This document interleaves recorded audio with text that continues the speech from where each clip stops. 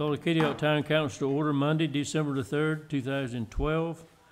Kitty Hawk Town Hall at 6 p.m. Welcome you out tonight. Ask you to join in a moment of silence and a pledge of allegiance.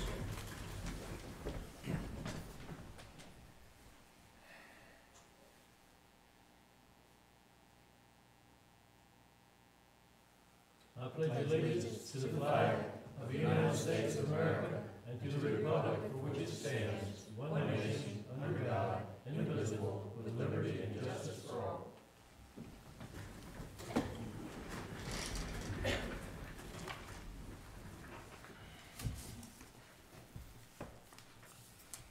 Next is approval of the agenda. Any changes to the agenda?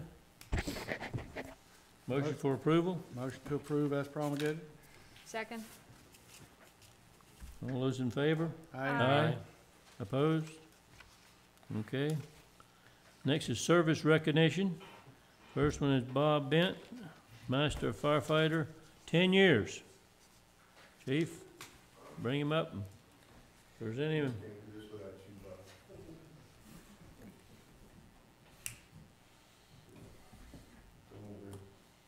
Say a couple of things about you. Make sure the good ones. Well, they're all good. Oh, okay, all right.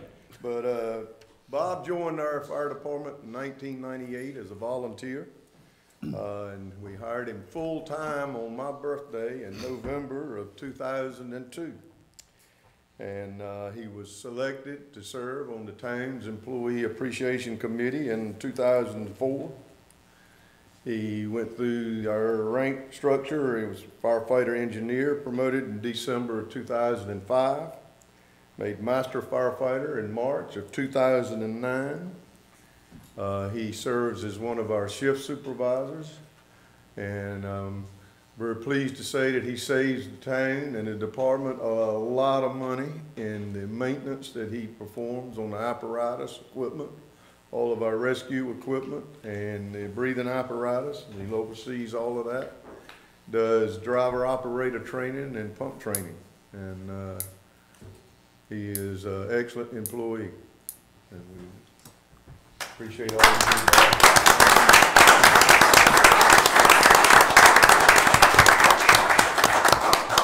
Bob, keep up the good work and keep saving us money. Yes, sir. Yeah. Next is Jimmy Ray Watts. He's a police officer 3 for 10 years also.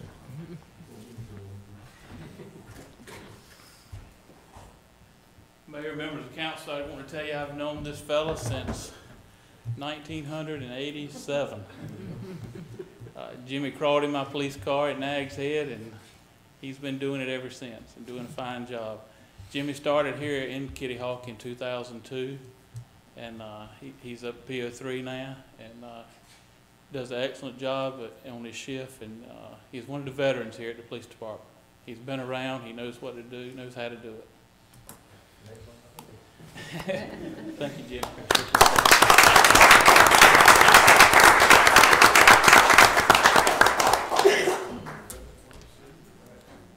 Next is Joel Lumford, police officer 2, 5 years.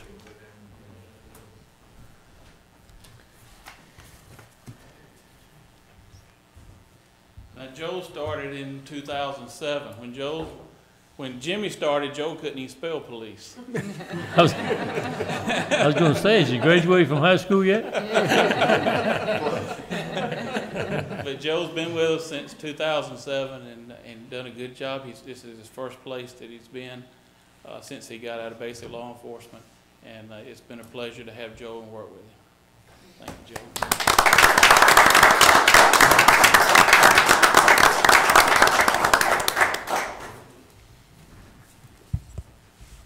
Next is public comment. Anybody signed up for public comment, Lynn? No. Anyone wish to speak at public comment session? Okay. Next is consent agenda. Motion to approve as promulgated. Second. Okay, any discussion? All those in favor? Aye. Aye. Opposed?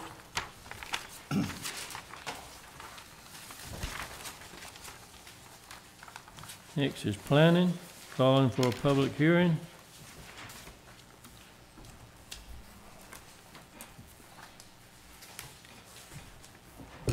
We need a motion, need to ask any questions from Joe or?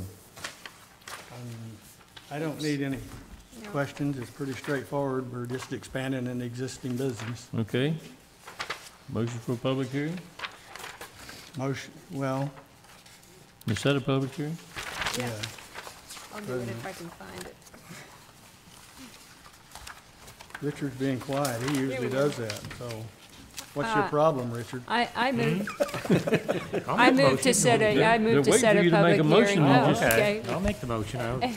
Go ahead. Richard. I move to set the public hearing at the town council meeting of January 7th, 2013, to consider a conditional use permit application to expand the existing motor vehicle service and repair business and add a vehicle rental business at 500 Sand Dune Drive. Second. Okay, any discussion?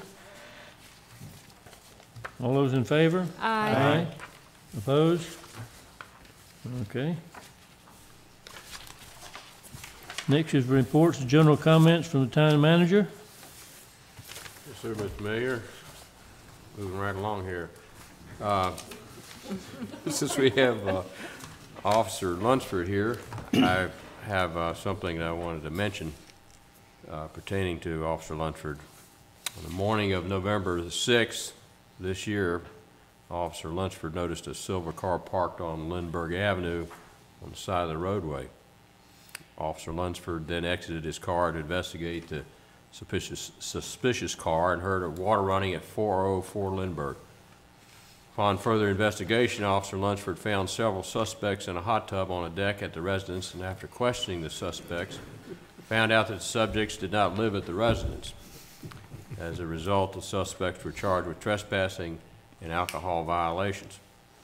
Sergeant Johnson wanted me to commend Officer Lunsford for his willingness to protect the properties in town and to note that it exhibits a high level of professionalism. So thank you.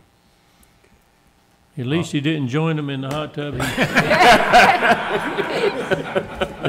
That could have been the other choice, I mean. Yeah. Okay. That's the end of my hot tub hopping.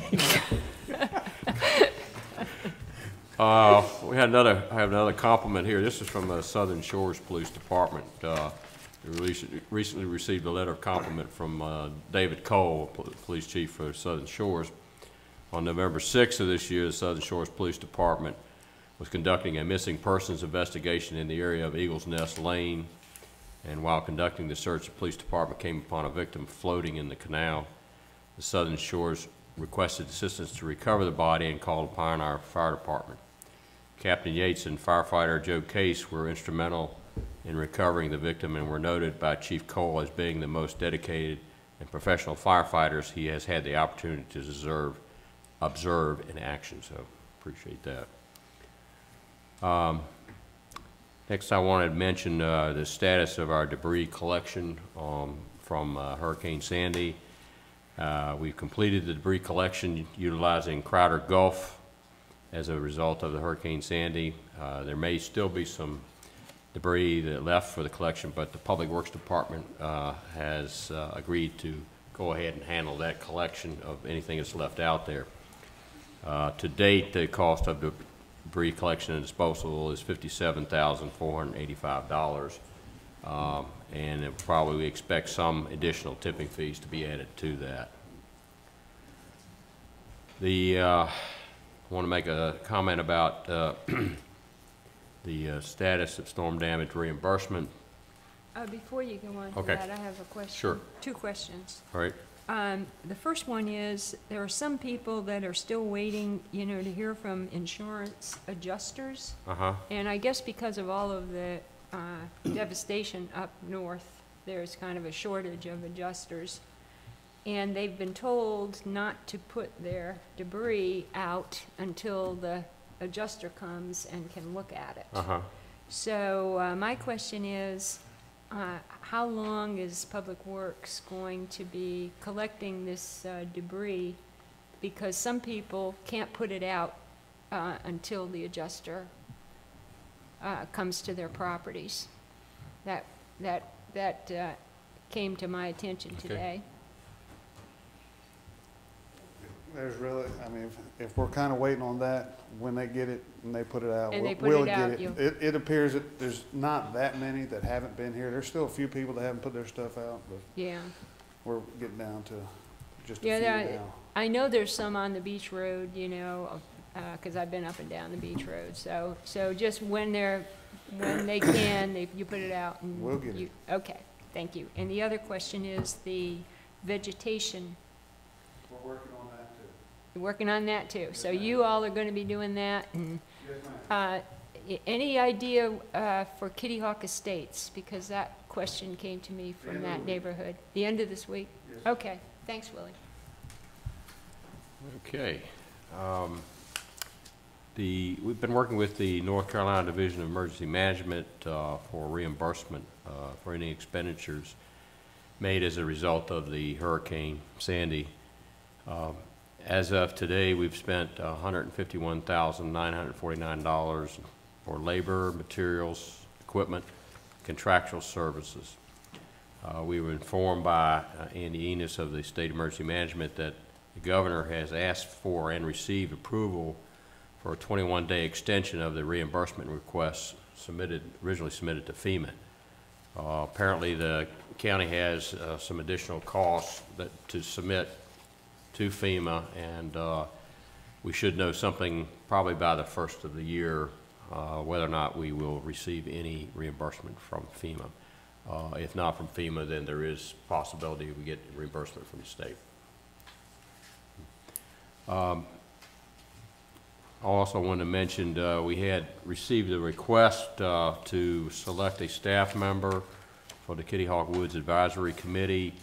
The mayor had given me a letter and asked for an additional member on that committee, and I notified Claudia Jones of the Department of Natural Resources that I will fill that position. So take care of that.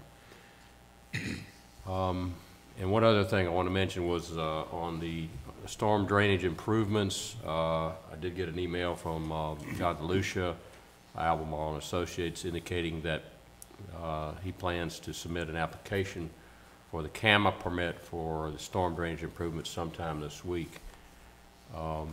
As we have mentioned before, this is a part of the permitting process prior to proceeding with the development of plans and specifications for the application of grants. So we'll just kind of bring everybody up to date on that. And that's all I have at this point, Mr. Mayor. I have a question Yes. on that one too. The last time I spoke to John DeLucia and read something that he'd sent in the email, was it Division of Water Quality was not going to answer our specific request for emergency pumping, but rather wanted to make a policy change, which is supposed to take longer. Any word on that? On how, The you know, last, how long is longer? Yeah. yeah, the last information that I received on that was that George Wood felt like that the DWQ would change their policy in that regard. Evidently, they do have some new people in their office, and they're willing to entertain that change. He didn't say when, but I would expect to receive some information about that pretty soon. But I'll let you know as soon as I do hear something on that. Okay. That it? And that's all I have, yes, sir. Okay, reports from the town attorney. The only matter I need to bring you up to date on is the Overton property. We were contacted several weeks ago by an attorney in Raleigh. And what has happened is they have located approximately 14 heirs at this point in time Oh, my. of Mr. Overton. And they indicated they were going to be filing something with the court and would be sending it to us, and we haven't received it yet, but we tried to call her on Friday to get an update from her on where they were with what they were doing, and she hasn't called us back at this point, but there are a number of heirs out there. We're just waiting to see what their position is, and it may be that if there are that many heirs, maybe one of the heirs will want to come in and administer this estate in lieu of us doing it. So we're sort of in a holding pattern until we find out what they're going to do, because this attorney apparently is going to represent at least 13 of the heirs, from what I understand. So we're just sort of sitting and waiting right now to It's see. an what odd they're thing, gonna isn't it? do. Not in today's world, it's not. But that nobody knew there was any more heirs. Well, shortly after we talked to Mr. Carroll, we did find another relative. I think he's up in Maryland, and he indicated there were some other heirs, and so he was going to send us some information on how we could try to find these other folks. And in the meantime, that's when this other attorney contacted us, and apparently there are at least 14 heirs out there. How close kin do they have to be considered an heir? Well, I don't know until I see what it is, but what we're dealing with now, Mr. Carawan and the other gentleman we spoke to were cousins, and they would be the closest, but if there were other cousins who are now deceased, the children of those cousins would step into the cousin's place. Right. So that's why the number expands. Gotcha. And until we see who they are and how they're related, I can't tell you, and that was one of the things she was going to send to us. Okay. Reports, general comments from the town council. Richard? Gary, want to go first, or?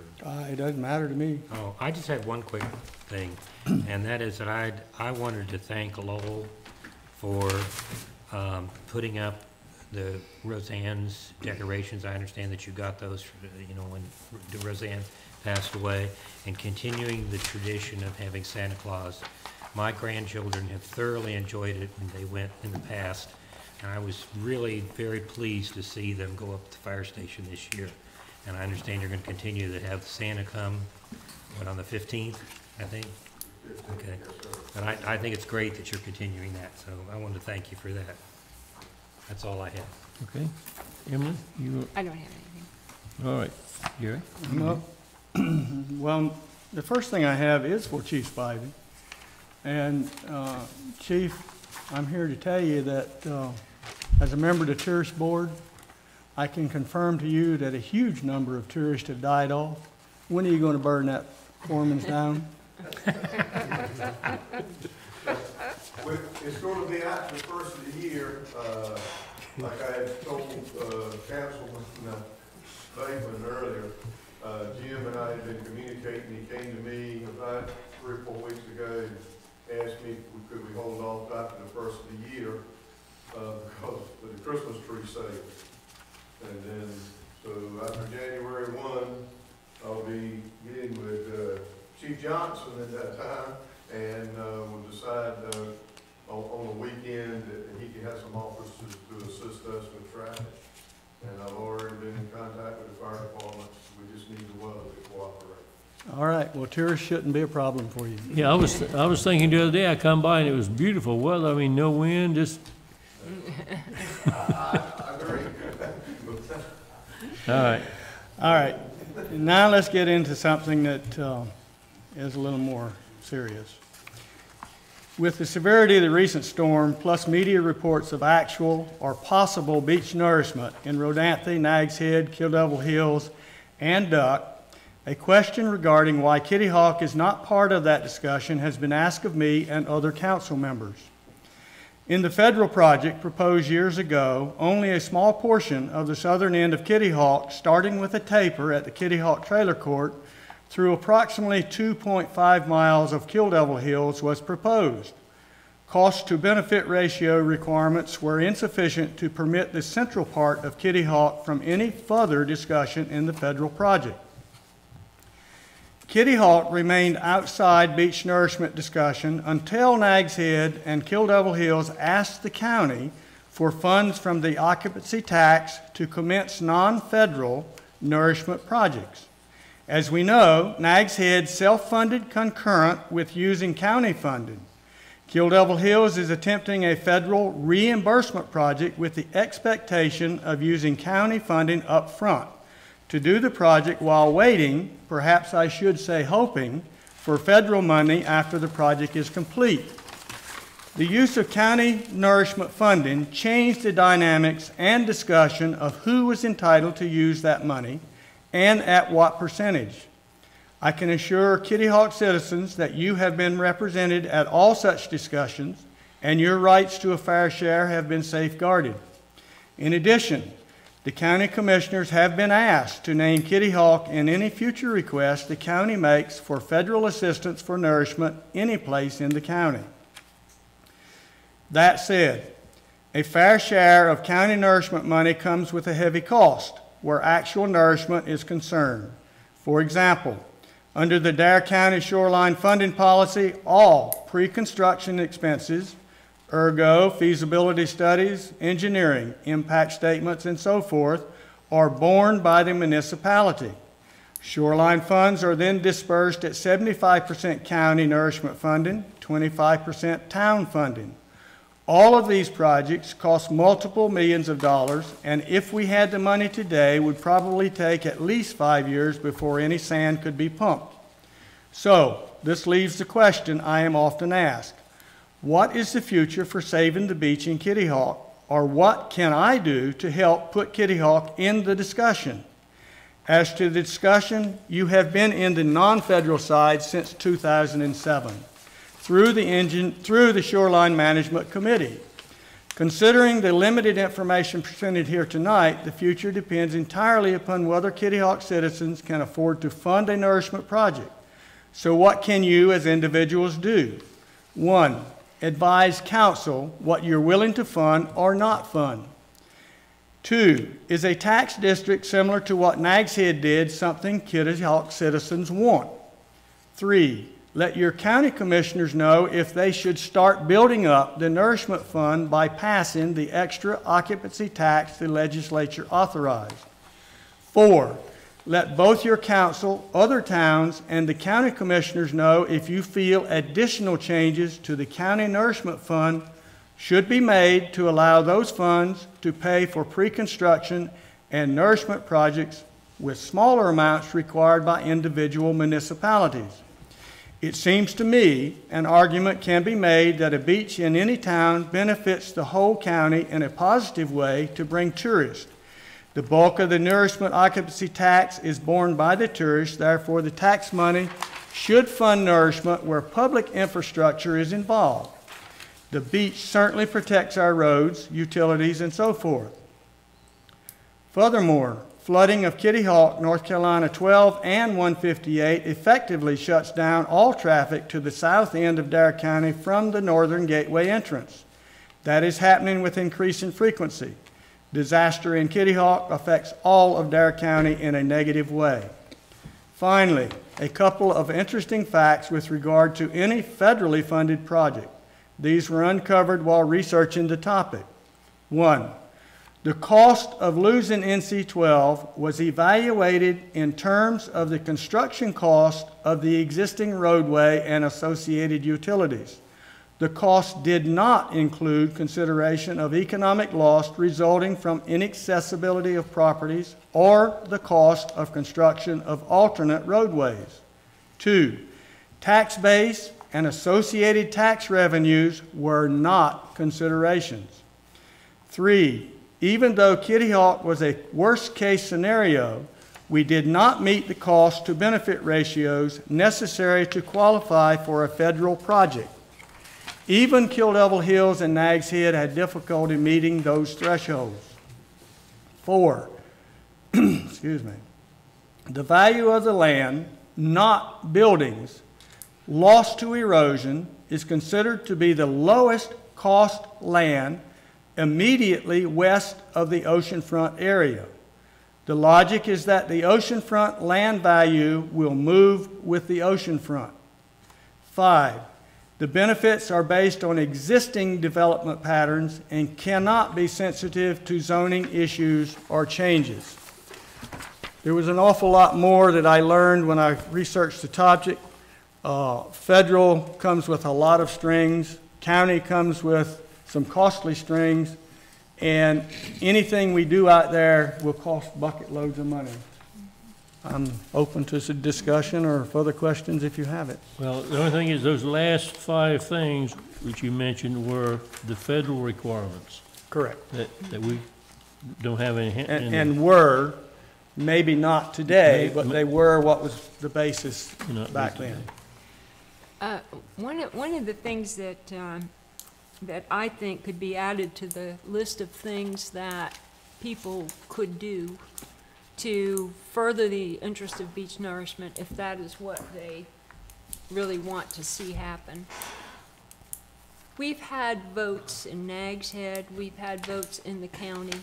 The county vote was for a repeal of a sales tax that the county commissioners had passed and had gotten approval for from the state. And the repeal passed with a pretty overwhelming margin. But the question that's never been asked in a referendum, and I think should be asked, is, are you in favor of beach nourishment? I still am not really sure that the only objection to beach nourishment is to the cost of it. When I talk to people, and you know, the people mainly that I talk to are on the beach, they have a lot of different opinions about whether beach nourishment as a project is something that they want to see. So I think that one of the things that we could maybe get some sort of a grassroots movement out there among the citizens is to start a petition, which I think is all you really need if you get sufficient signatures, that you can put a referendum out there. Or I suppose the municipalities, because I recall when we did the form the committee to for direct election of the mayor, it just took a council vote to have a referendum put on the ballot for Kitty Hawk. Now, if all of the municipalities requested a referendum on an election that was countywide, maybe we could get the answer to the question, do the people in this county want beach nourishment? I sure would like to know. I know that they don't want to pay for it because we've, or at least unless they've changed their minds, you don't want to pay for it. They don't want the extra tax added on countywide, don't want that. Can I interrupt just a minute? Yeah. Okay, first off, this is a public meeting, so let's make sure we got the facts out there. The county has approval for an occupancy tax increase of 1 penny. Yes. All right. You were talking a sales tax, which is a different animal altogether. Yes. Right. And that was repealed. Yes. The subject of beach nourishment, one of the questions I get is the council against beach nourishment? And the answer I think I can give and would like to confirm tonight is I don't know of anyone on the council that's actually against beach nourishment. We just don't know how to pay for it. Right. Is that a correct answer to people that ask me that question? Yes. Is anyone on this council against beach nourishment per se? No, not necessarily, because I realize that NC 12 and the houses on the west side of NC 12 really we have to figure out some way to help save that, don't we, or have the notion at 158. All right, now. But am I in favor of taxation for beach nourishment, ad valorem taxation for beach nourishment? No, I am not. But if we can find a way to pay for it, and I think we're premature right at this point until some more research is done as far as making any other steps, see what the county comes up with. We know that New York, New Jersey, and they're going to deal with the same thing. And I think the county is involved in trying to get involved at the same time with legislature up there to see if there can be any help. The questions is, how do you pay for it? Who's going to be overseeing it? That's my questions. Well, I can say that my opinion on beach nourishment is I want what the people want in terms of beach nourishment.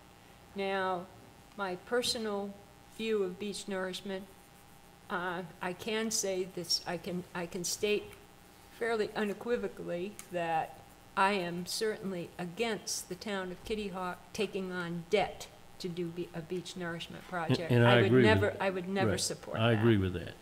But if there was a county-wide project, I don't think that we heard much in the way of objections from the public on the occupancy tax increase.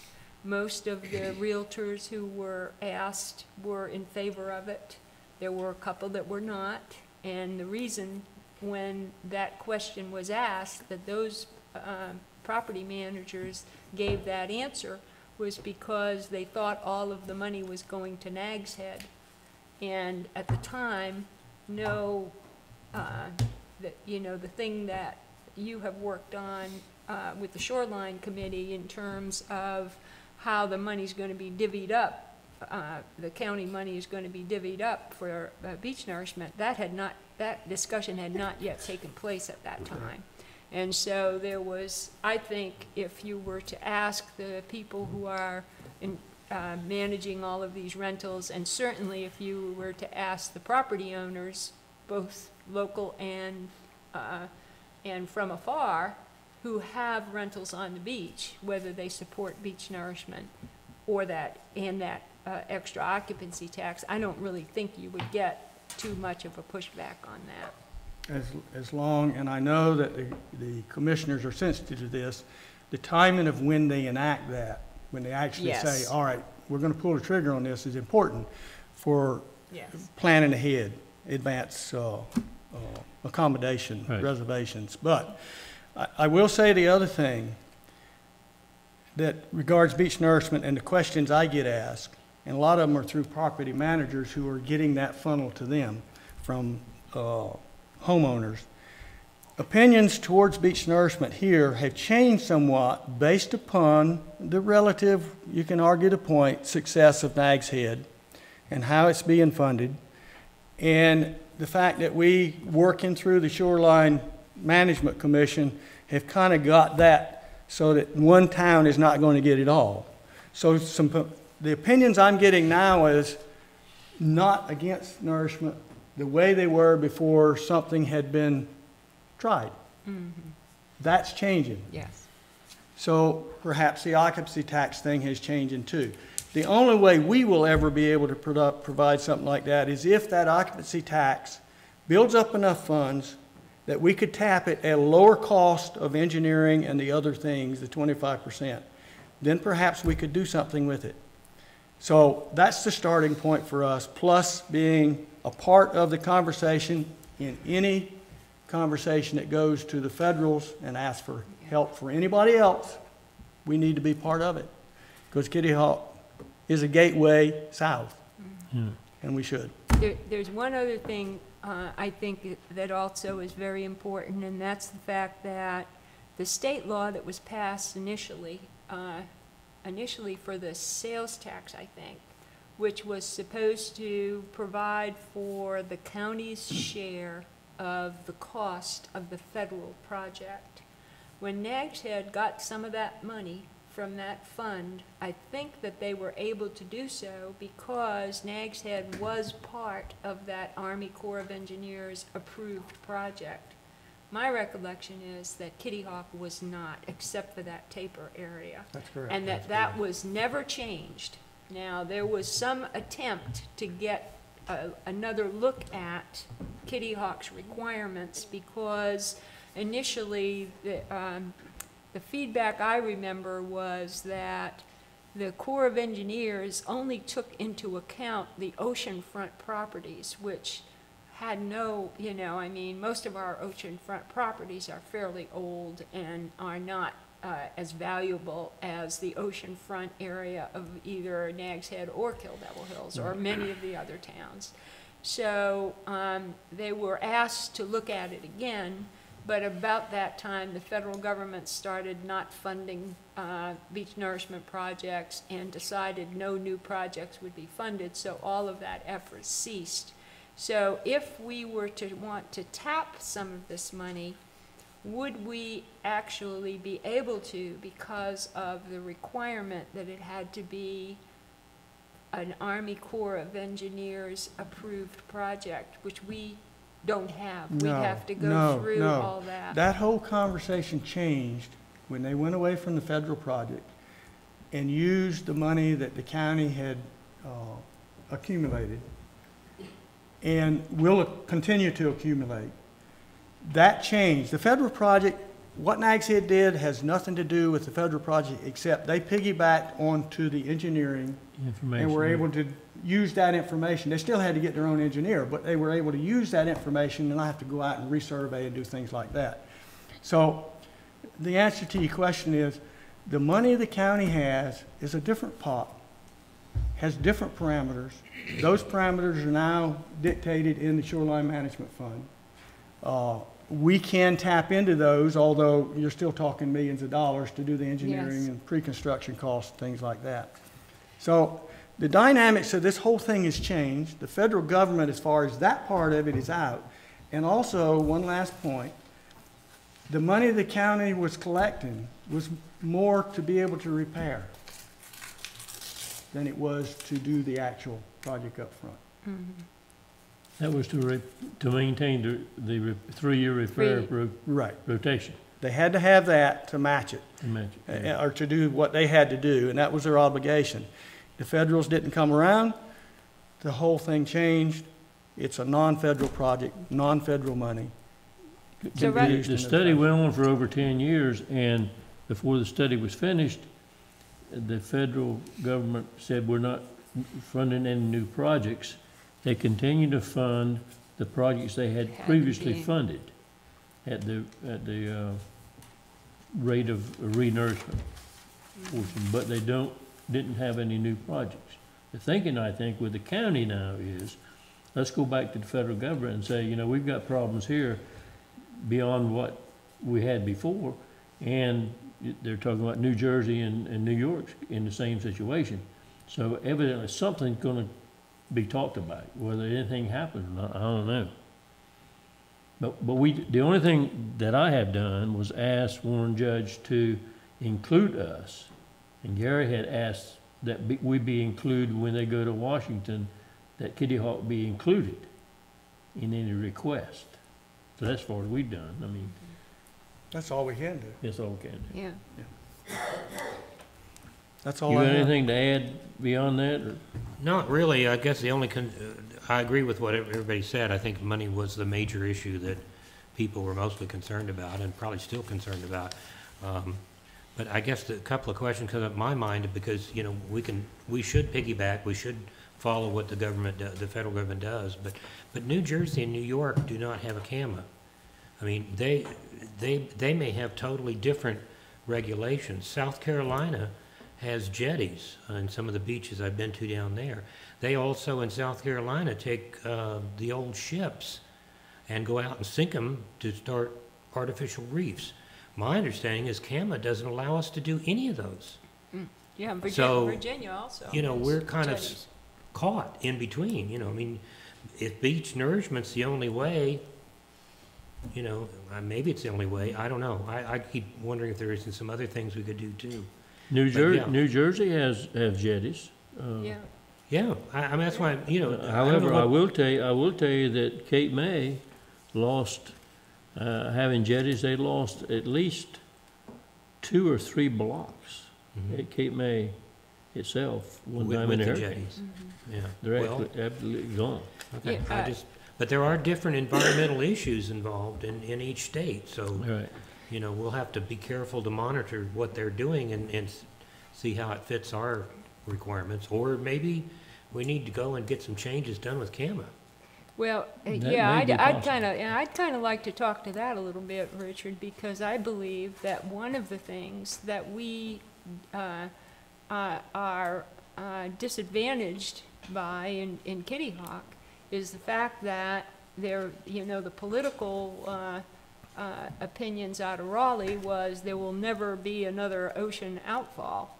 Well, Yeah, and we're paying the now, price. now, we're Yeah. paying the price for that. Right. And we were at one time, where my understanding was the state had approved that for us. Right. And there was an environmental protest by the surf riders or Right. some group, and the state withdrew support.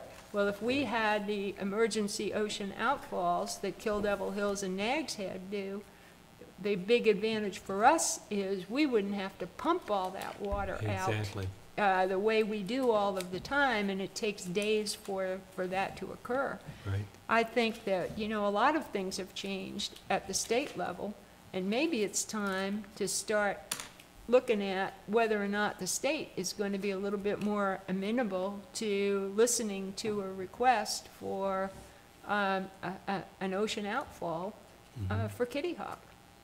And you know, we never were talking about an ocean outfall that ran all All the time. the time, that's But when right. it was closed off, and only when you had ocean overwash or had flooding to the point that it was detrimental to septic tanks and that kind of thing, you could open it up in a day's time, get rid of it, and then close it up. That was, Yeah. that was the idea. Yeah. It wasn't that you were gonna have an outfall running out there all the time.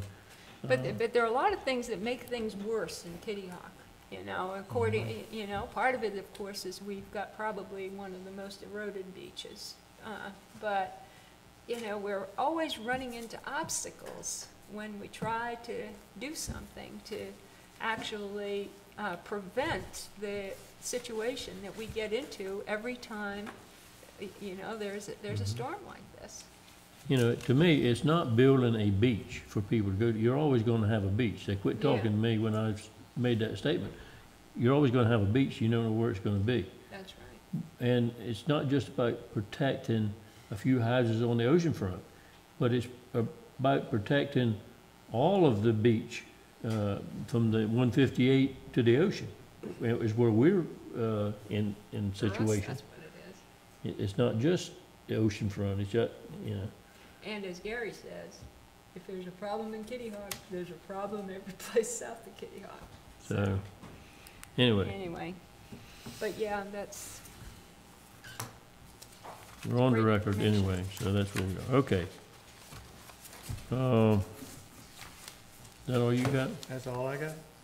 That took longer than the rest of the meeting. I know, Yeah. I knew you were gonna take up all the it meeting, was but, worth it. Irvin's sorry he can't be here. He just couldn't help it, but he went to Jamaica. So, he's enjoying life tonight while we're sitting here shooting a breeze. Next is, nobody else have anything? Public comment? Anybody for public comment? Okay, motion to adjourn. So moved. Second? All those in favor? Aye. Opposed? Okay.